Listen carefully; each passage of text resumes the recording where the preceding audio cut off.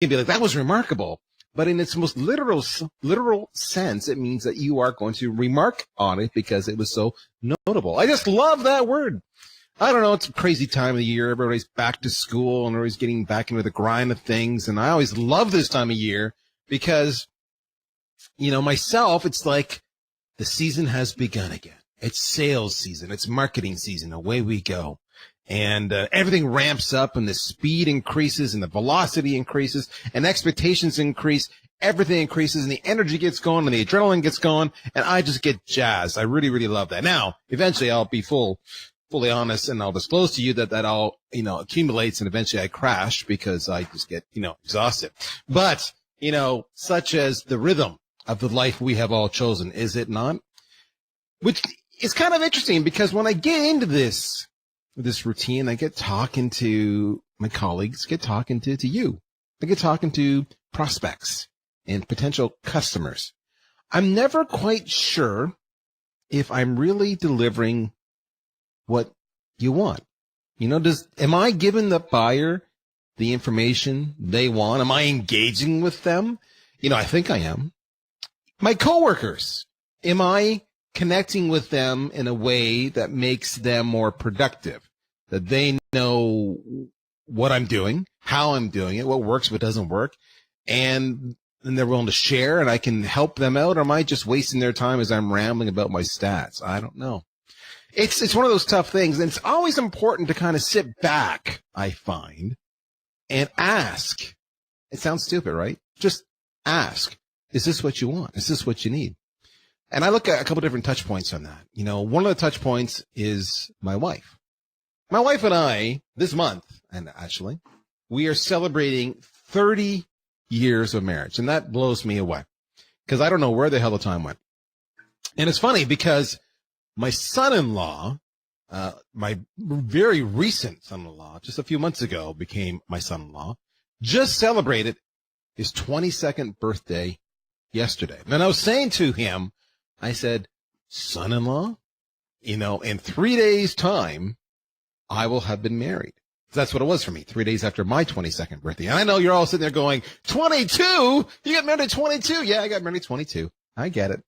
So here I am 30 years later, and I can't get over where the time has gone. But my wife, going back to the topic, is always one to say to me, this is what I expect of you. She taught me growing up with our kids to always ask them, what do we expect of you? What was your behavior? How are you going to present yourself?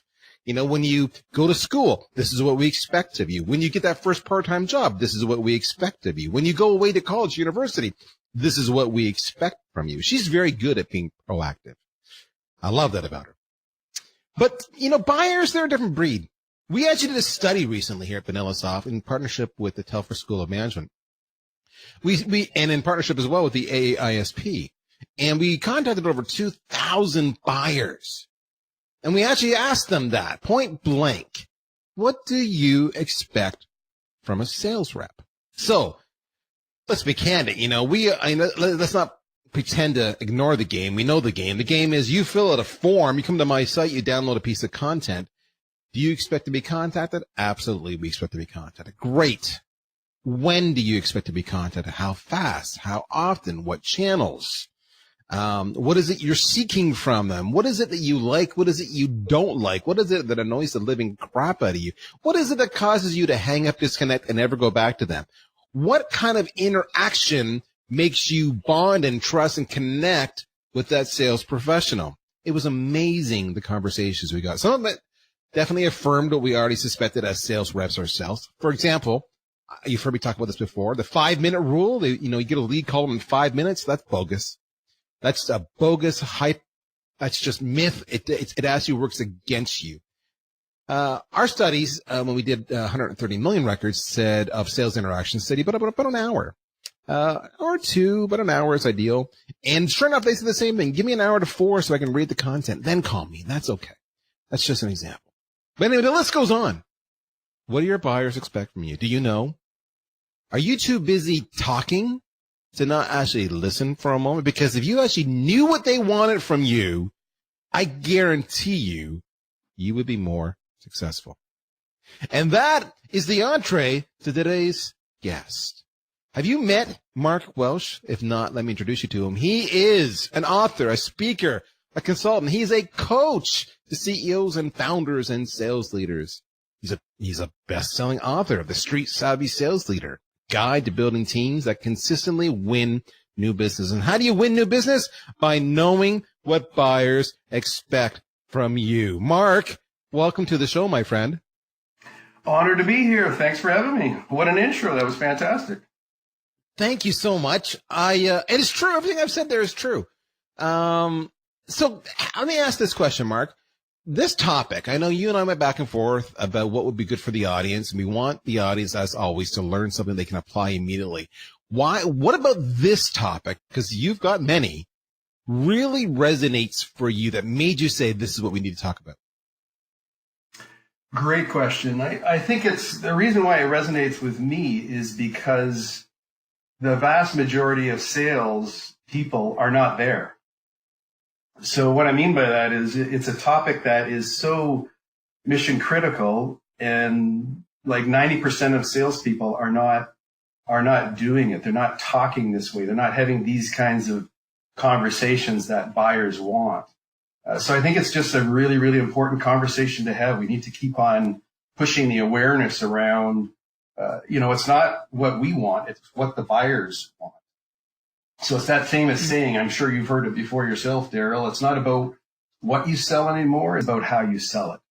And we need to really pay attention to that, get away from product selling and get into having really good conversations. I think the bottom line is having a great conversation, a thoughtful conversation. A thoughtful conversation, a great conversation is spot on. I know even a lot of these stats these days, conversational analytics, or conversational intelligence, where they record and they use artificial intelligence to monitor your conversations. So you got to be doing a lot more listening than talking. That's the first part. The other part is if you listen carefully, you're going to pick up on those cues where they're actually looking to you for some help. And a lot of salespeople don't because they're so focused on their own spiel. Now, let me ask you this, Mark. When you go into teams and you kind of maybe do the audit and listen to some of the reps and what's going on, and you share with them that they're missing the mark about giving buyers what they want, do they seem surprised by that? Or typically what kind of reaction do you get? No, I don't think they're surprised necessarily, but there is this self-awareness thing that I think kicks in.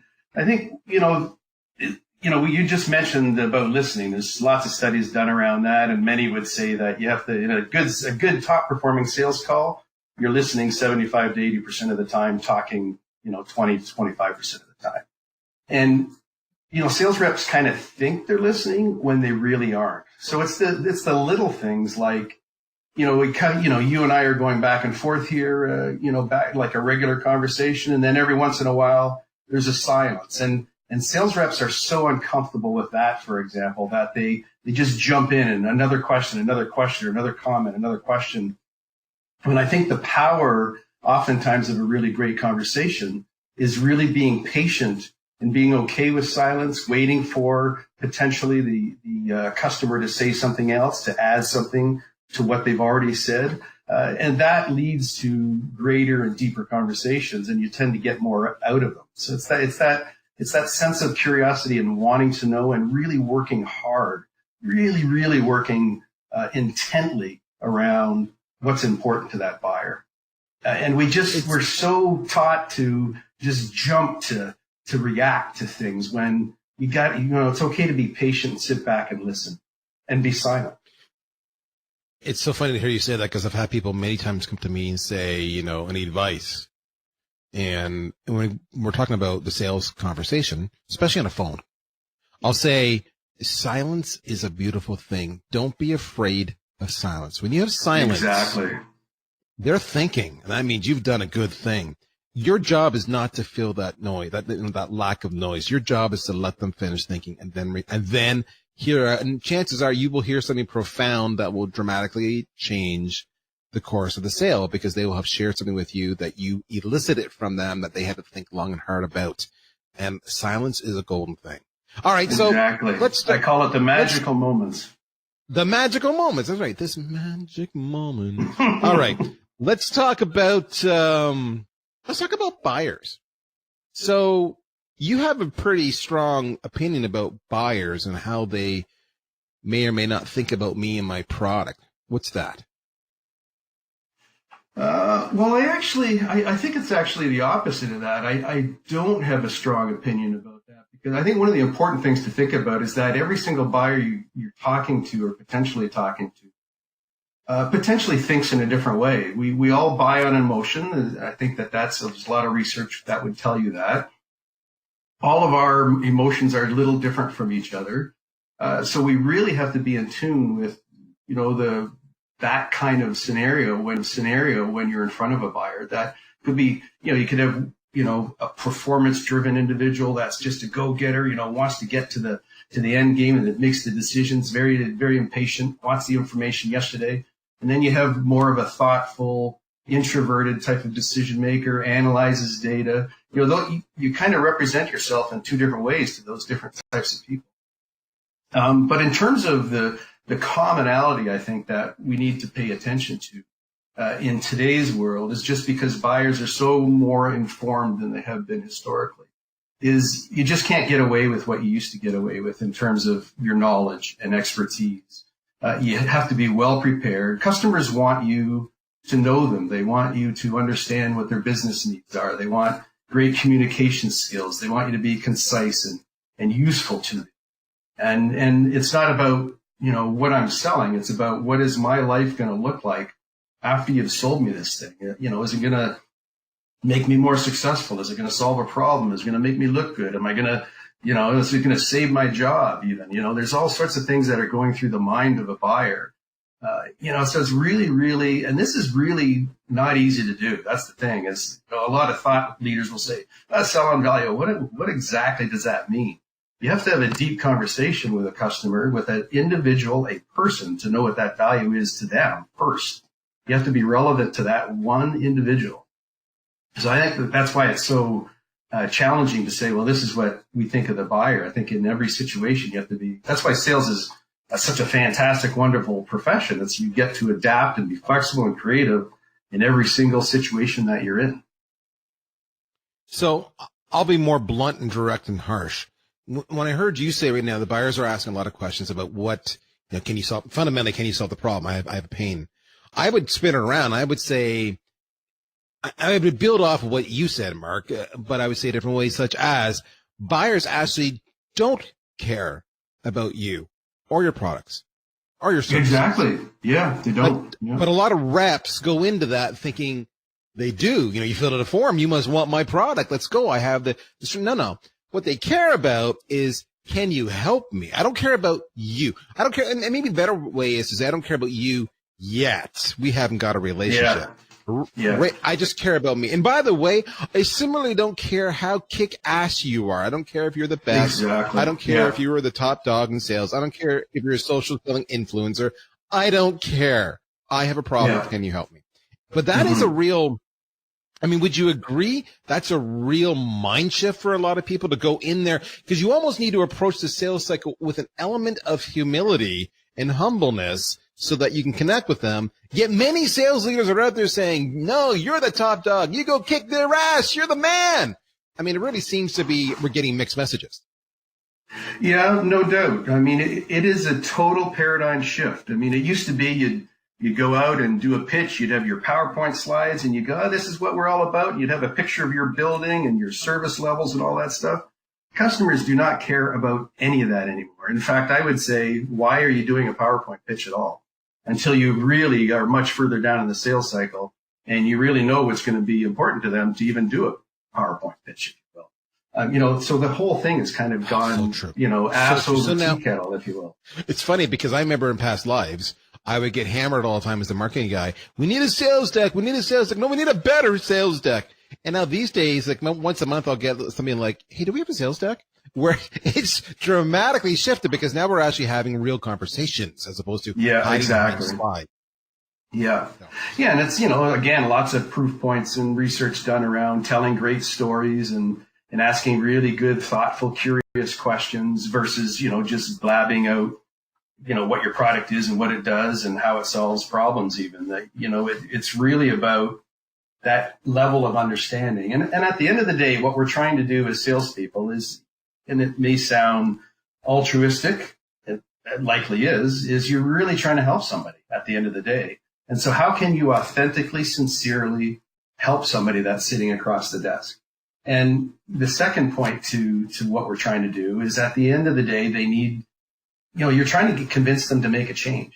Whenever you're trying to sell them something, you're helping them make a change and convincing them to make a change. And that's not easy when most of us as human beings are very comfortable with status quo. And we've all heard the argument about, what's your biggest competitor? It's not a competitor anymore. The competitor is your buyer or your customer not doing anything. The status quo is the challenge. So how do you have those conversations and those thought-provoking questions and creating stories and contrasts for them to want them or to have that desire, the need to make a change? And then that's when you have the opportunity. The opportunities jump out at you. All right. So here's the big how. So you've told me that customers are looking for you to help them, but they don't care about you, but you need to establish a bond with them so that you can earn their trust and they will open up more to you. I've heard you talk a little bit about storytelling. I heard you talk a little bit about listening. What are some of the top, tactics or tips and tricks that we can use to pull out the, to help explain the how? So they will open up and they will eventually want to know more about you and your company, because ultimately they do want to know about you and your company, because if they like your solution or your product, then they want to know if they can trust you, the company. So we will get there. Yeah, exactly. Yeah. Well said. And I think, the whole why change thing is again around that, how can you create a situation where, the customer understands where they're at today and they're in status quo and maybe they feel comfortable where they're at. We need to somehow contrast that with, okay, you may feel comfortable, but these kinds of things are on the horizon. This is going to change. This is what's happening. This is what's going on here. And we found other customers that look like you have struggled because of this, this fact or this analysis or this kind of story. And so you have to kind of paint a picture around where they are today and why that might be a problem if they stay where they are today.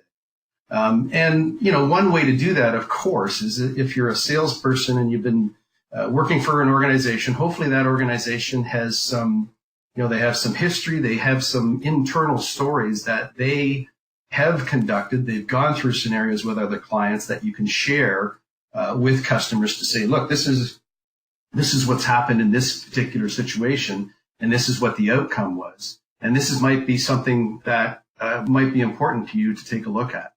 So, a lot of it is around that tribal knowledge in organizations and being able to share those things that could have been powerful and things that you've done. It could have happened in the operations organization and interacting with a customer, or marketing might have done something, or what have you.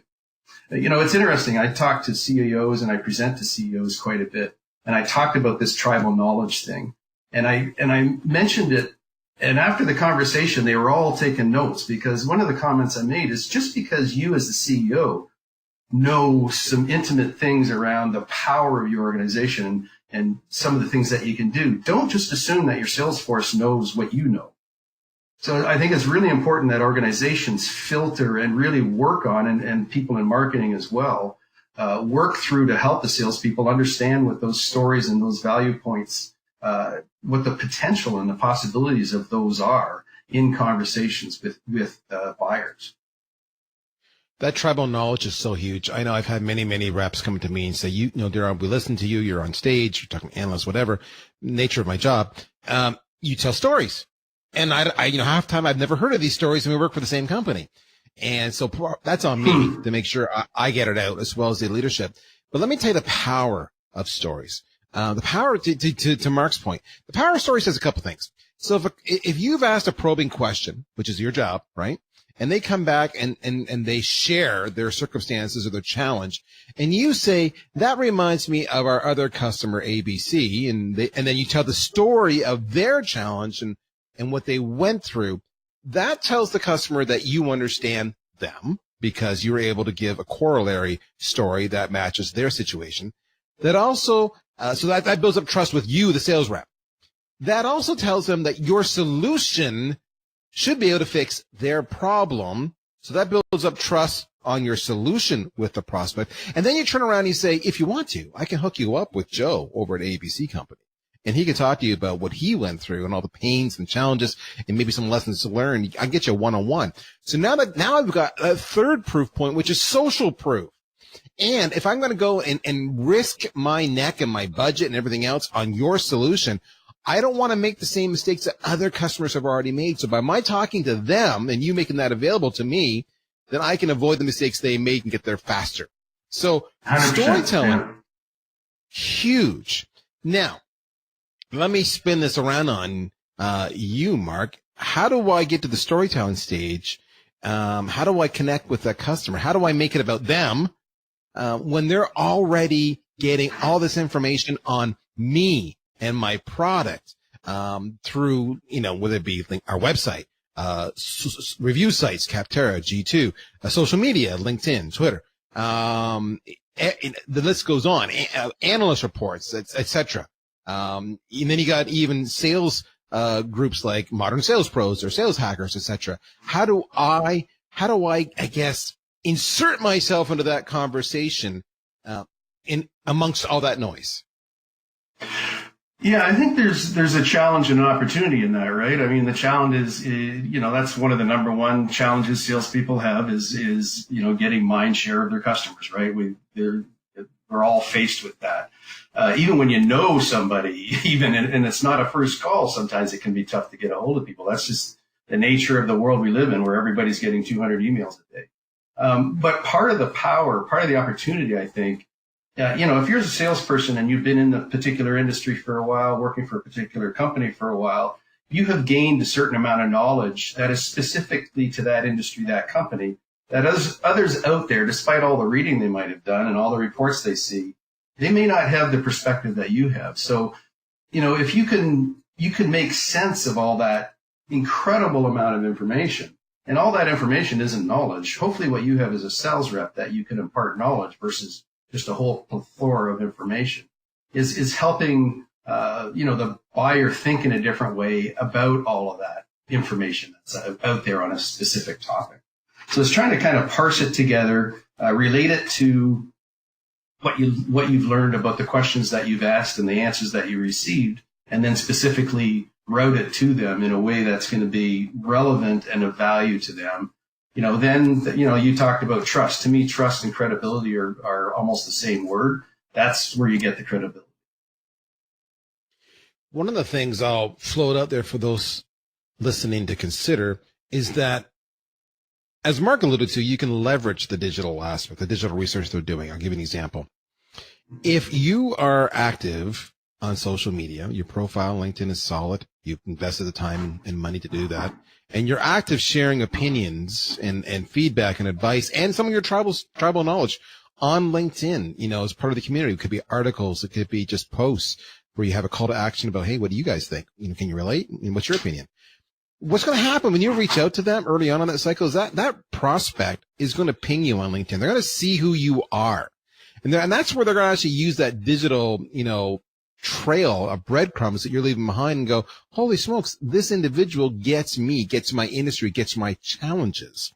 Mm-hmm. So there's more than one channel you can use to actually, leverage that digital, research they're sourcing to actually build your own street cred and drive traffic your way. The other thing to consider, and Mark talked a bit about this, was getting in the head of the actual individual you're talking to, the persona, the title, within their industry. So in other words, I'll use me as an example. If you know what my life is like as a marketer in the high-tech SaaS world, if you know the challenges I face, that alone allows me to connect with you. Then I might have an interest in your product because I think you get me. You get mm-hmm. me as a person. So maybe you can help. Now I want to help work with you. So there's lots of ways to connect with the audience, with your target audience. But it all starts off, as we all began, with understanding they don't care about you. Mm-hmm. It's about them. You want to know the world they live in. You want to connect with them digitally so that you can then connect with them one-on-one. That tribal knowledge, that social proof, those probing questions, listening. These are all intentional acts. Mark, I'll bring it back to you. When I say that, that's intentional acts.